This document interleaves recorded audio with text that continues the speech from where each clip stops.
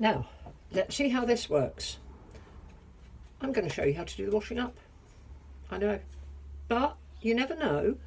I've got a dishwasher, so I don't often do it, but there is a way to do the washing up correctly. And I'm sure lots of people's mothers and grandmothers will hop on and scream at me that I am indeed absolutely revolting and you shouldn't do it like that. My first thing is a pair of rubber gloves, because when you wash up, you want to do it with very hot water. Now, I haven't got a washing up bowl. Don't be precious. I've got these. They're flexi tubs. I bought a load from Poundland to hold big plants.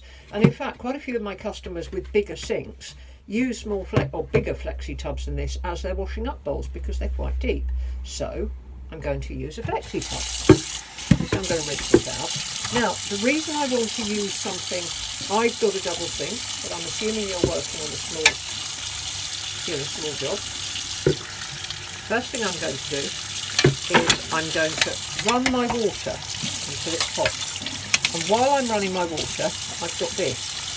This is my potato ricer, which has been sitting in my sink since yesterday, and quite frankly, if I leave it any longer, it's going to grow ears. I've just rinsed it. Now, I'm just kind of rinsing the shit away. And what I'm actually doing, while I'm kind of doing this, is I'm waiting for the water to come out of my tap properly hot. And I think that's as hot as it's going to get. So, in there, washing up liquid. I buy 5-gallon containers of it and I top this up. And I'm going to be quite liberal with washing up. Now, what I'm doing, let's see if we can get it, because I've got this forward pointing and we all know how good my technical skills are. Here, I've got washing up. Now, you start with the cleanest things and the things that don't have fat on them, and you work your way round to the dirty stuff. And I think I said before, if you haven't done it for a while and some of your stuff, quite frankly, has got a bit dried on, or maybe has mould or is growing some small civilization and ears, don't worry about it. Pre-soak it. Pre-soak it. You can put your cutlery in a jug to soak. You can put your sink, your things in a bucket of hot soapy water to soak, or cold soapy water, it doesn't matter. You're just looking to soften the dirt. However, it is a small collection of washing up, including that which is my oil jug. I'm actually doing some Korean fried chicken, and that's a tin jug that I put the oil from my deep fat fryer into, and then I decide if I'm going to reuse it.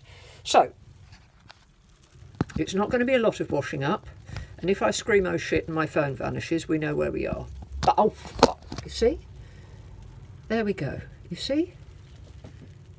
There, my phone will stay. Right, I now have, bring it over here so you can see it, a flexi tub full of hot soapy water, and I have a cellulose washing up sponge.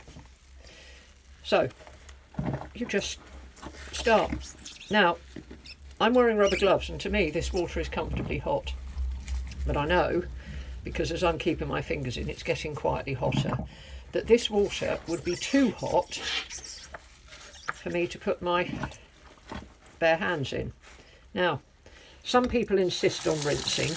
Do you know what? I'm not wedded to it. There's not much soap in there. You know what it's like if you're in the bath and you've got bubbles and you get bubbles in your mouth. They don't taste terrible, isn't it, soap? But I will rinse glasses. I'll just fill it under the tap and then I'll put it upside down to drain. And if I've got an awful lot, it won't go on a drainer. I will start piling them up on tea towels. But I don't know if you can see. Maybe the light's not there. But can you see that because the water is really hot, that glass is almost dry now? The reason you put washing up liquid in there is because it's a detergent, and a detergent emulsifies fat. And you've got all your bubbles. When your bubbles start to die down, it's an indicator